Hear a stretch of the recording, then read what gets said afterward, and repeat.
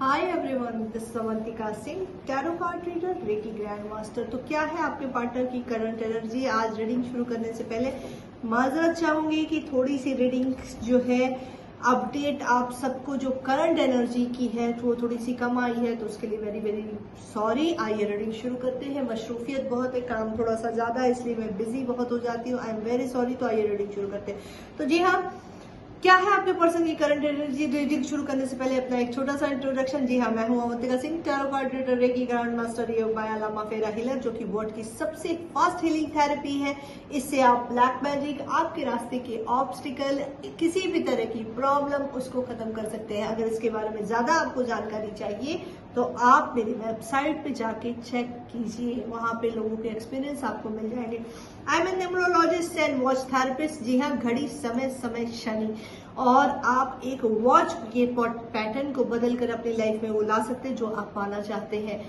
I am same time astrologer and PLR signature yoga signature, जो कि आपके सबकॉन्शियस माइंड को बयान करता है। आइए रीडिंग शुरू करते हैं। Archangel Michael, archangel Gabriel, archangel Rafale.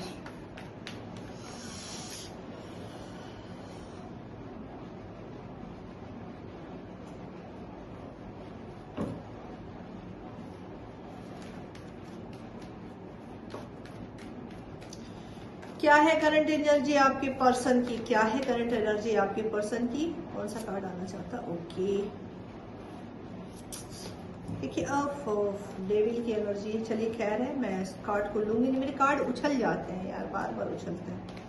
तो देखते हैं क्या आ रहा है। अगर आना होगा डेविल तो वापस से आ जाएगा, फिलहाल अभी मैं इसको नहीं लूंगी। ये देखिए, ओके द हर्मिट, ओहो death, okay okay family, the devil second time आया है। ओके, 4 ऑफ वॉन्ड्स,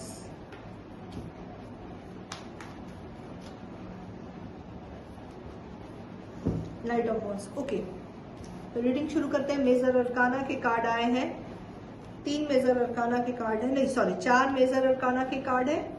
इसको क्लियर करूंगी, लेकिन उससे पहले आपको एनर्जी बता दूं। वाटर साइन और फायर साइन आया है, ठीक है। फायर साइन स्ट्रॉन्ग निकल के आया है।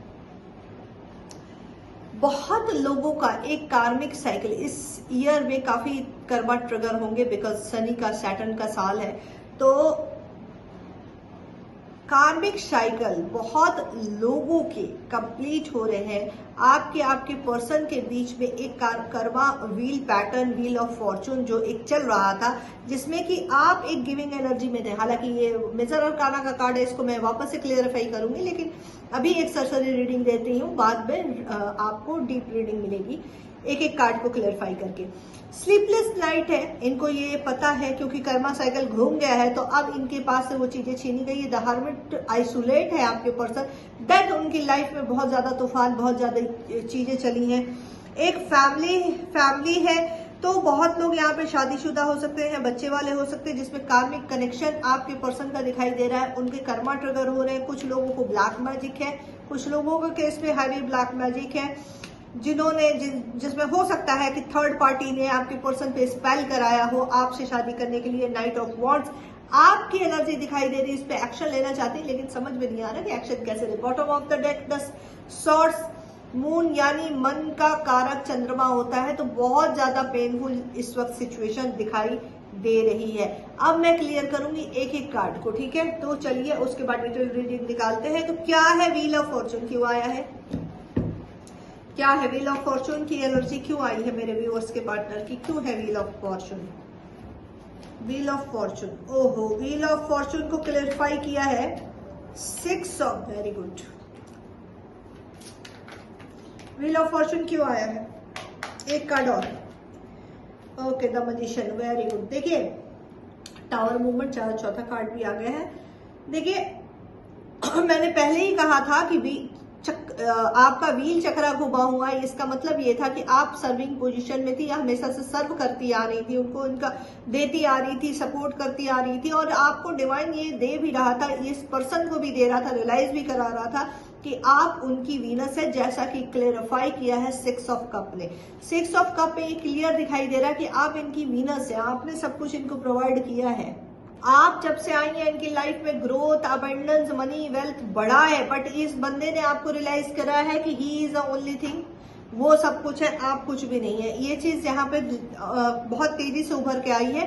अच्छा, आपके पर्सन को भी काफी अच्छी मतलब नॉलेज, वेल्थ, ग्रोथ मिली, मतलब डिवाइनली गाइडेंस, डिवाइन गाइडेड मिला, गाइडेंस उनको रेगुलर बेसिस पे दी गई। उनके पास हर तरह की चीजों पे इस पर्सन को अपना कंट्रोल था, बट इस बंदे ने या बंदी ने एनर्जी वाइज रीडिंग है, जेंडर वाइज देखिए, इसने अपनी सारी पावर का बहुत गलत इस्तेमाल किया है, बहुत चीजों को डोमिनेट किया, आपको खास तौर से बड़ा सताया, बहुत तंग किया है। आप रेगुलर सर्व करती आई हैं तो भी कुछ लोगों के रिलेशनशिप पे एज गैप दिखाई दे रहा है, अभी नो कॉन्टेक्ट सिचुएशन है।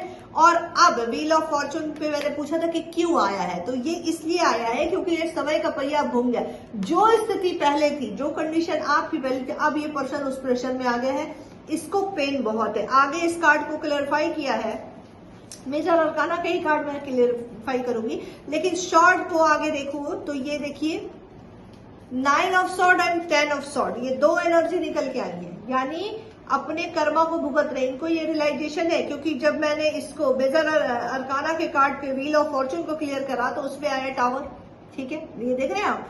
तो नो कॉन्टेक्ट सिचुएशन है, यानी कि आपने मूव करने का फैसला कर लिया, आपने ये समझ लिया कि अब बस अब नहीं करूंगी, आप खामोशी अख्तियार कर सकती है, गैप क्रिएट कर चुकी है, जिसकी वजह से इस बंदे की स्लीपलेस नाइट हो गई है। इसकी तरफ इसका वीनस खत्म हो रहा है, जैसे वीनस मतलब लग्जरी, तो लग्जरी चीजें इसकी खत्म हो रही है, और ये 10 ऑफ सॉर्ट की एनर्जी में यानी डेथ की एनर्जी में जा चुका है। यानी अभी इसको समझ में नहीं आ रहा, अपने किए का पछतावा तो है। द मजिशियन को मैं फिर भी क्लैरिफाई करूंगी कि क्यों द मजिशियन आया है, आइए देखते हैं। द मजिशियन का कार्ड क्यों है यूनिवर्स, द मजिशियन का कार्ड क्यों है? ओके, आ गया शायद Pinker, yes, very good very good. देखिए रीडिंग बिल्कुल वर्ड टू वर्ड कनेक्ट होती जा रही है। मैंने कहा था कि इसने अपने पावर का गलत इस्तेमाल किया, इसने अपनी पावर, जब इसको चीजें मिली हैं तो उस चीज पे इसने कदर नहीं की और उसको एकदम से गलत तरीके से यूज किया। उसका नतीजा क्या हुआ है कि इसने चीटिंग की आपसे, ठीक है, जो शॉर्ट्स की एनर्जी है, चीटिंग की। मैंने बोला कि आपको काफी दर्द दिया, आपको ये इसने जताया कि you are nothing without me, और इसमें एक फियर फैक्टर आपको बैठा और आपको भी यही लगा, यार ये तो जो बोल रहा हूँ सही है। ये चीजें आपकी निकल के सामने आई है। अब आया है 4 ऑफ कप, जिसमें ये बंदा बिल्कुल परेशान हो गया, जैसा कि Karma cycle wheel of Fortune घुमा था, वो साइकिल घूमी है।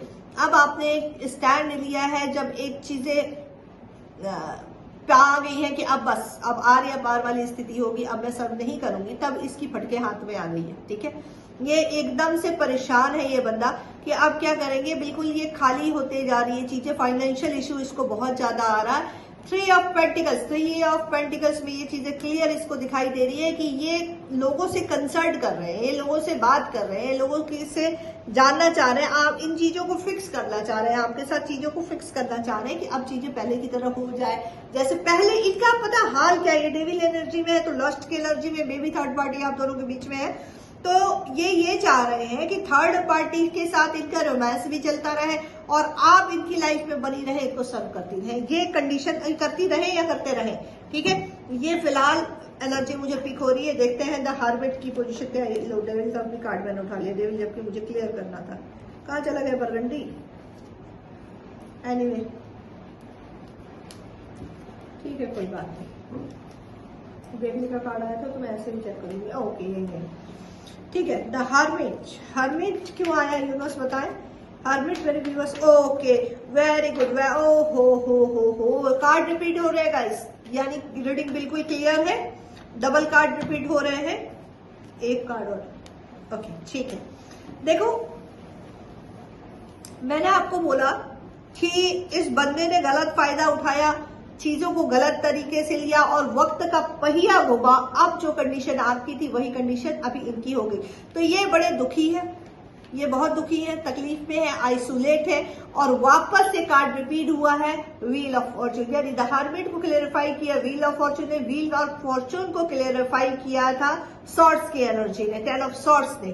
ठीक है, तो यानी दोनों ही जगह पे कर्मा ट्रिगर हुआ है। Karma is moving like anything. Okay, उदास, निराशा, जाहिर सी बात है, चीजें खाली हो रही, वीनस खत्म हो रहा है, तो वो होना ही होना है। अब देखते हैं कि डेविल की एनर्जी क्यों आई है गाइस। डेविल क्या है, डेविल क्या कहना चाह रहा है, डेविल की एनर्जी क्यों है यूनिवर्स बताएं, डेविल की क्या एनर्जी है यूनिवर्स। Okay, 3 times. इस रीडिंग को जितना बार हो सके उतना बार क्लेम करना, उतना बार शेयर करना।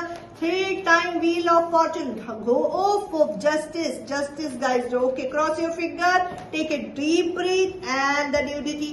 Okay okay okay okay okay, very nice, very very clear. कुछ जरूरत नहीं है मुझे ज्यादा क्लियरिफिकेशन देने के लिए, क्योंकि रीडिंग में पूरी चीजें निकल के सामने आ गई है। अगेन डेविल को क्लियर किया है व्हील ऑफ फॉर्चून ने, यानी व्हील ऑफ फॉर्चून, यानी समय का पहिया घूम चुका है। जो तकलीफ, जो दर्द इन्होंने आपको दिया है, वो दर्द तकलीफ अब इनकी तरफ आ गई है। अपने कार्मिक साइकिल्स को बहुत ज्यादा भुगत रहे हैं।